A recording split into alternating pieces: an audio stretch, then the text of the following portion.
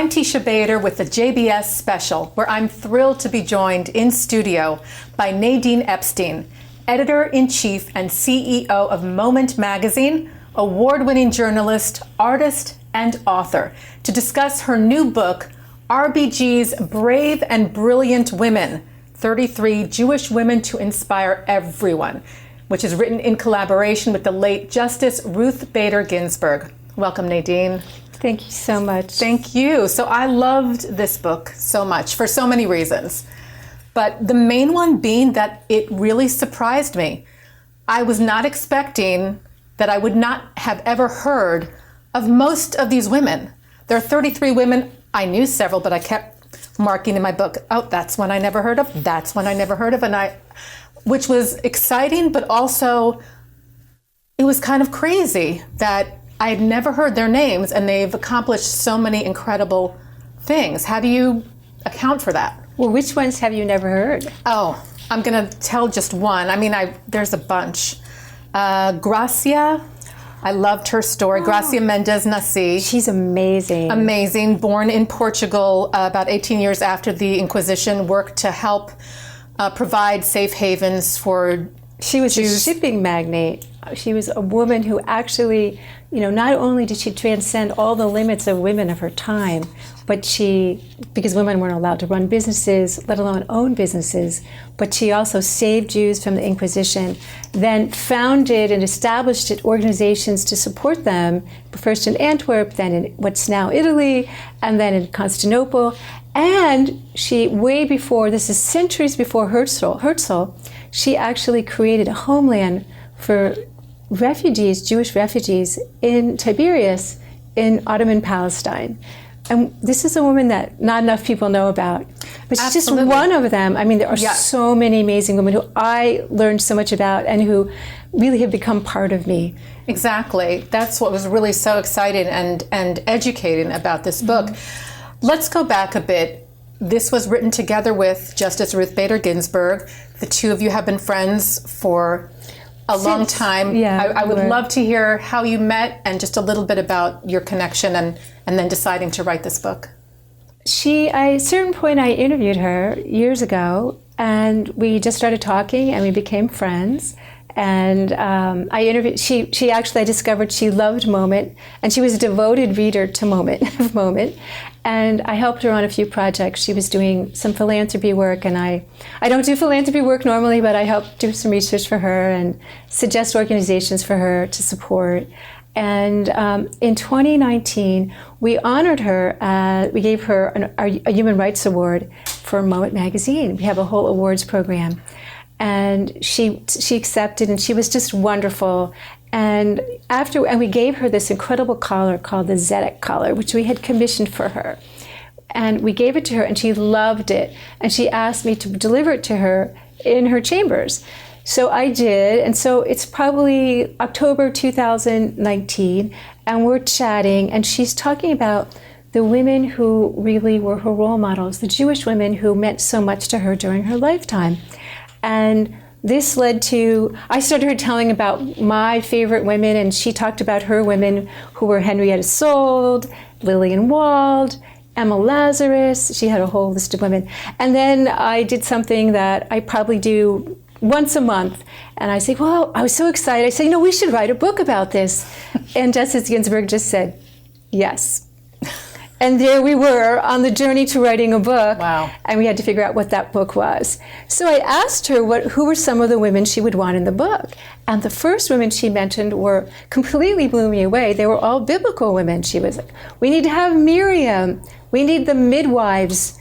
The midwives? We need, we need Pharaoh's daughter. I said, Pharaoh's daughter? Is she even Jewish? Turns out that according to Midrash, she actually was, but I didn't know that at the time. And so we started with the biblical women, and then she just started suggesting more women. And then I suggested women, and then I went back and I researched about 150 women who were just a really diverse group of women. And then she and I had to come up with a list.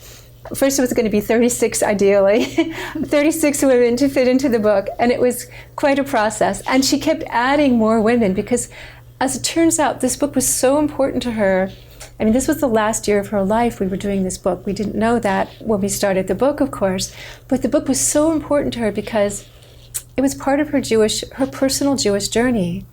She had started out as a very devoted, very serious student at Hebrew school. She really learned her lessons. She really learned her Torah. And then when she was 16 years old, she wanted to participate. Her mom died, and she wanted to participate in the minyan, and she wasn't allowed to say the prayers.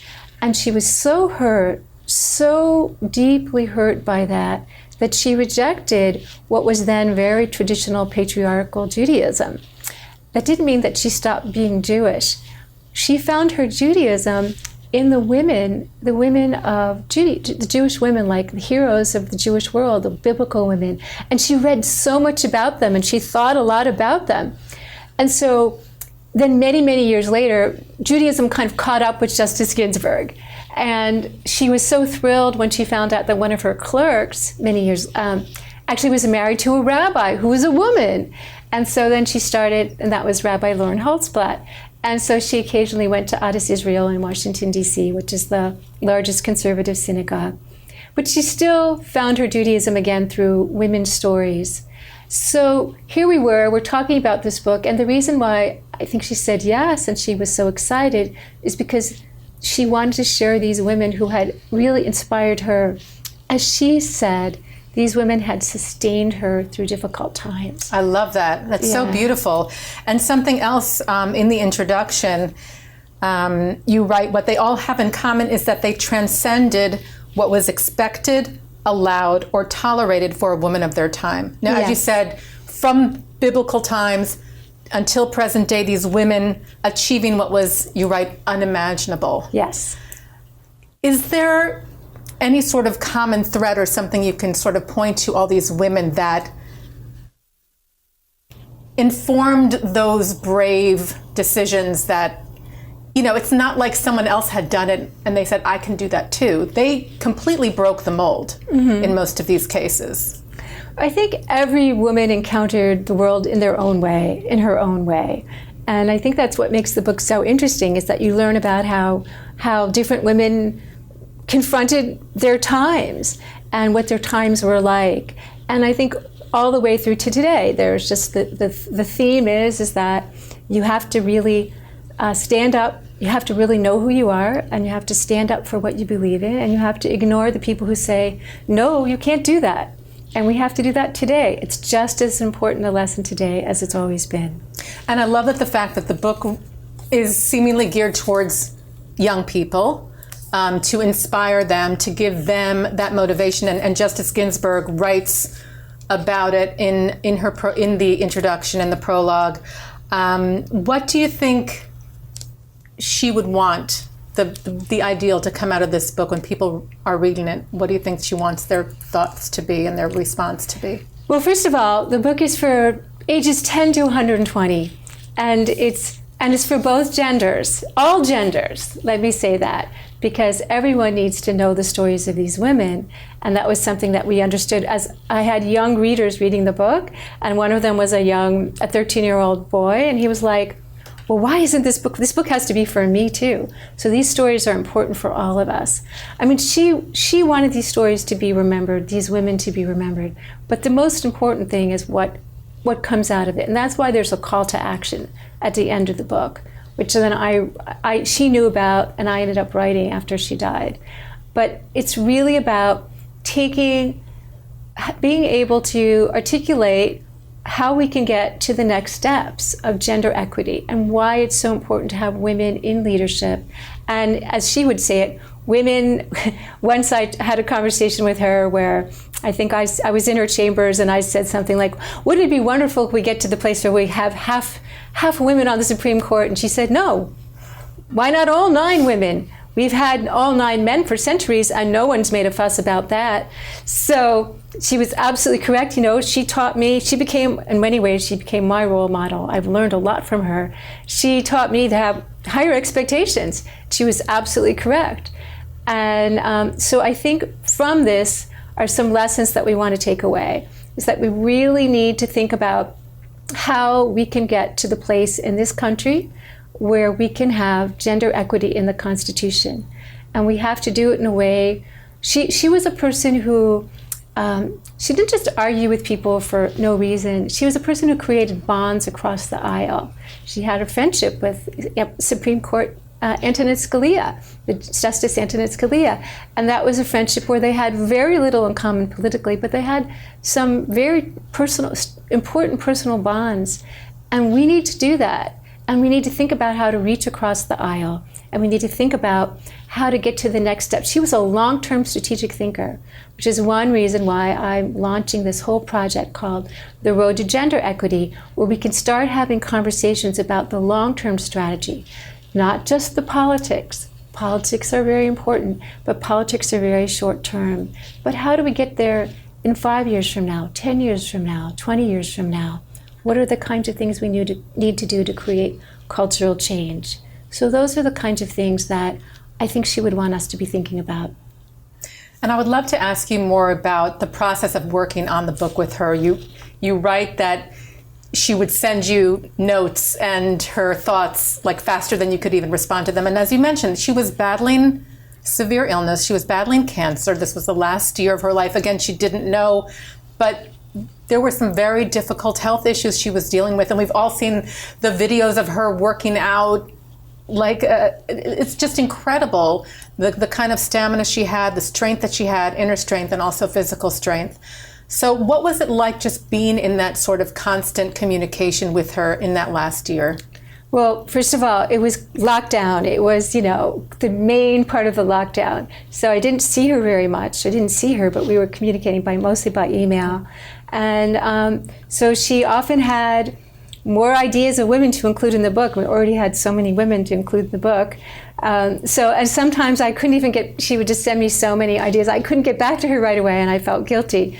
But I was trying to focus on, first of all, both of us had full-time jobs. She was Supreme Court Justice, and I'm the editor-in-chief and CEO of a magazine with a lot of projects, which is it's 5 full-time jobs. So we were both trying to fit this project into our extracurricular life. But it was at a certain point, I sent her an early draft of the book, and especially of the bios of the book, of the women in the book.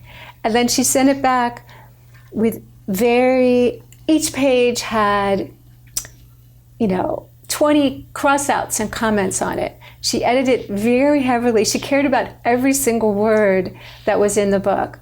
And I had to write the book very quickly. And my first reaction is my heart sank. I was like, she doesn't like the book. She doesn't like the bios. But really what I discovered is that she really edited everyone very heavily. She really cared about how things were expressed and how they were said.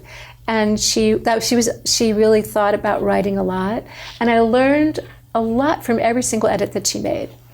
So after that, I ended up doing several drafts of the book because she died. And that was really hard too, because even though I knew she was ill, just like I don't think she expected to die, I didn't expect her to die either. She seemed like she could beat cancer, and she had beaten it several times before.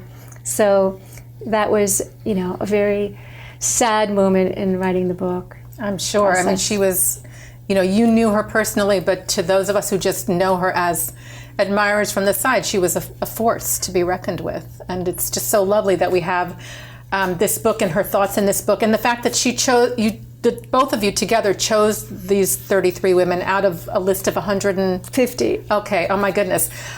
Were there any that surprised that you've never heard of? Because, for example, I've heard of Felix Mendelssohn, but I didn't really know very much about his sister Fanny, that she wrote some of the pieces that were accredited to him for decades.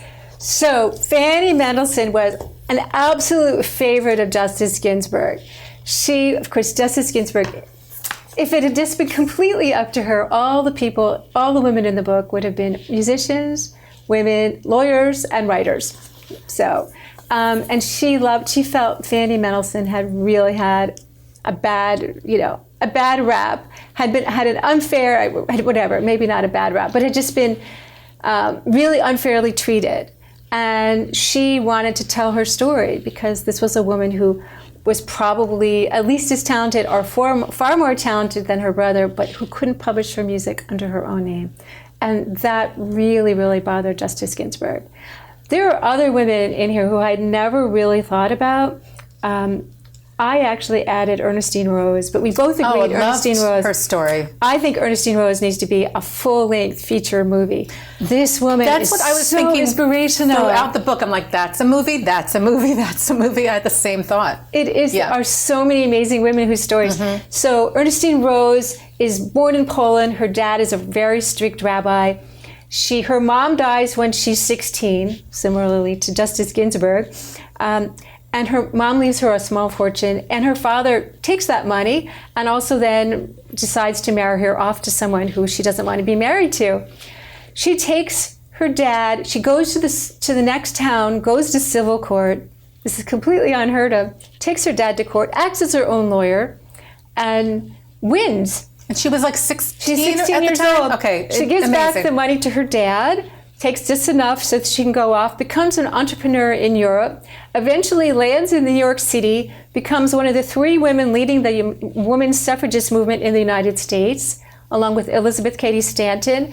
And she is almost completely forgotten today. And she was a fiery speaker. She was a brilliant woman. And I just think she's just amazing. So she's one of my favorite women in the book. Also, Salome Alexandra. So I added Salome Alexandra too. She was a Judean queen. This woman, so men didn't write about, men wrote history, and men rarely mentioned women in history. But Flavius Joseph actually mentioned Salome Alexandra because she was such a good leader, and he wrote like really favorably about her. And she did so many things, including keep the country together.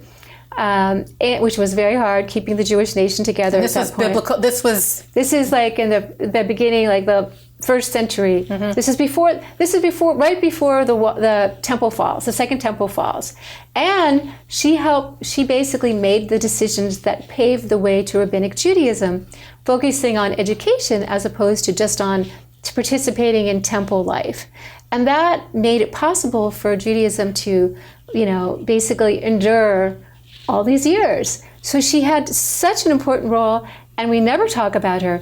And I think it's so important to talk about have a role model of an ancient woman who, in the Jewish world, who was, we can really look back to, who was the leader. She wasn't the queen, she wasn't behind the scenes.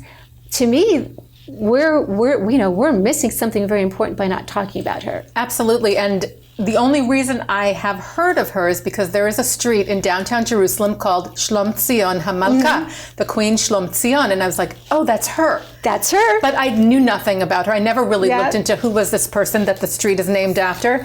So there are so many examples of that in this book. That's why it's so wonderful. And I do want to also just mention the beautiful illustrations by B. Johnson. She did a great job. I love it's just really gorgeous. Here's Shlom Tzion, Salome Alexandra. Beautiful. Yeah, and I love how the cover here. And then she's wearing the tzedek collar, the justice collar. That's really lovely. Which is really beautiful. There's just so many, and so Justice Ginsburg had actually met a few of these women. And there's only one woman we both had met, and she's also really amazing, Muriel Faye Siebert. So this is the first woman to be allowed, she had to force her way on, to buying a seat on the New York Stock Exchange. And she just was an incredible woman. We don't know enough about her. We don't talk enough about her. She was way before her time in terms of hiring and inclusivity and teaching people about literacy. She was just an incredible woman. And I had met her just by chance on a train one day between New York and Philadelphia. And Justice Ginsburg had met her, I'm sure, in some high function somewhere. But anyways, there's every single woman here is really incredibly important. And we still have, there's still 117 women that I never was able to get to. But we can find, there's the Role Model Project.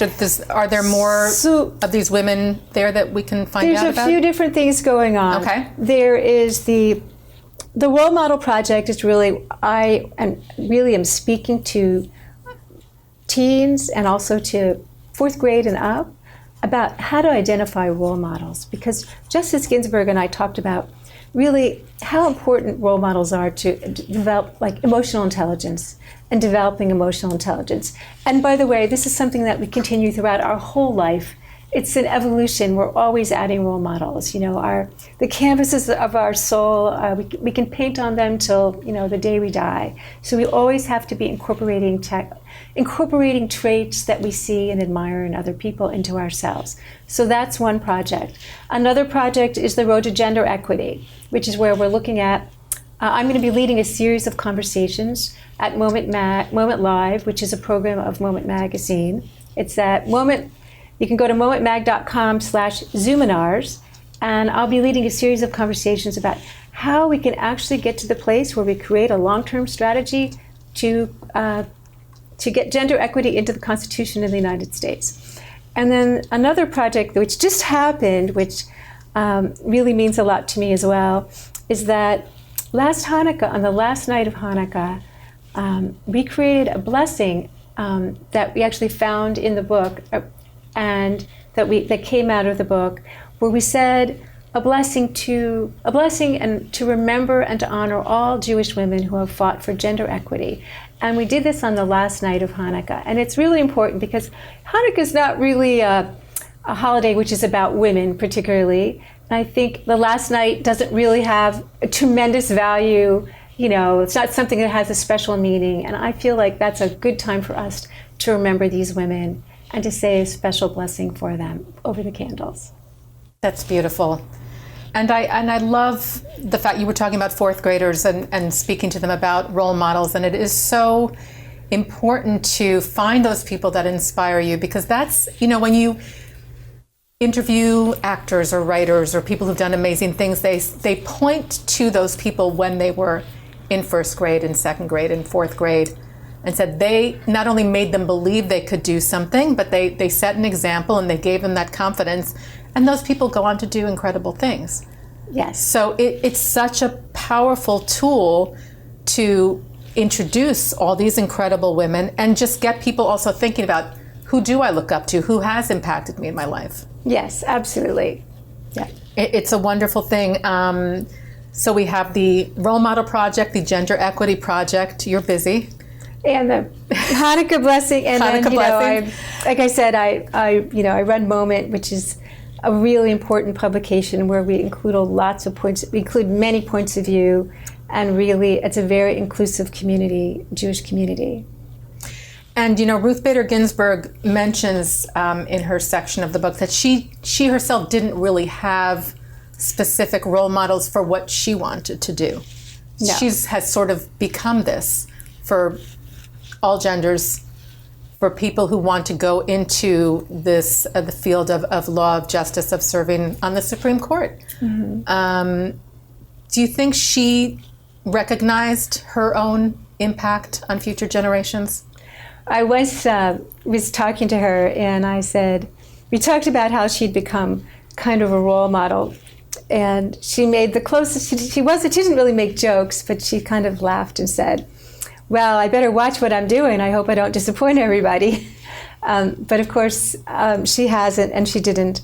I think she was aware that she had become kind of an iconic figure, and that, you know, she found it very amusing that, you know, kids dressed up as, you know, Ruth Bader Ginsburg on Halloween and other holidays and Purim. This was just something that she, I think, that you know, she found amusing, and I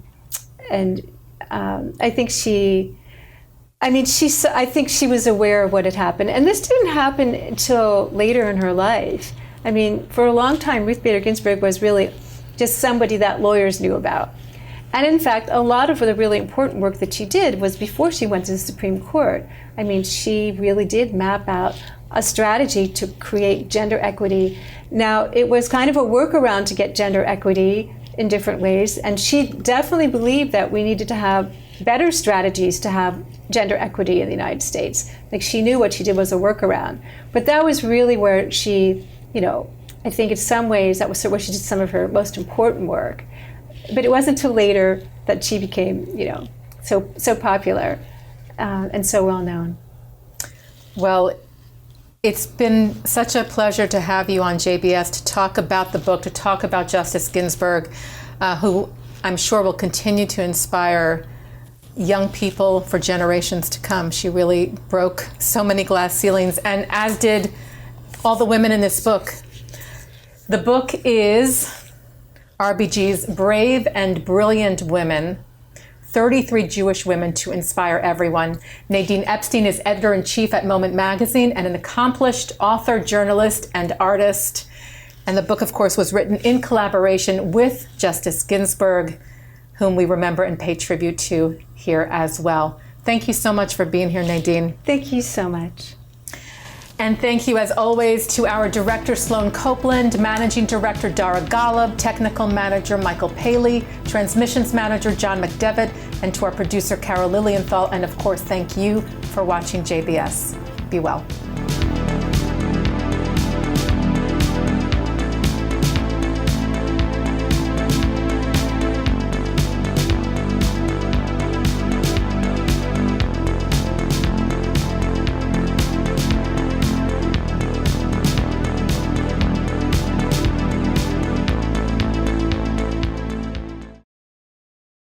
We would be pleased to send a complimentary DVD of this program to anyone who wishes to support JBS with a tax-deductible gift of $36, double high or more. Simply visit the JBS website at jbstv.org and click on the Donate button to make a donation by PayPal or your credit card. And please indicate the program for which you would like a DVD. Or you can send your tax-deductible check to JBS, Post Office Box 360, Stamford, Connecticut 06904. Or you can call the JBS Pledge Line at 833-MY-JBS-TV. That's 833-695-2788. And again, please remember to indicate which program you would like to receive with our compliments. We thank you for your kind support.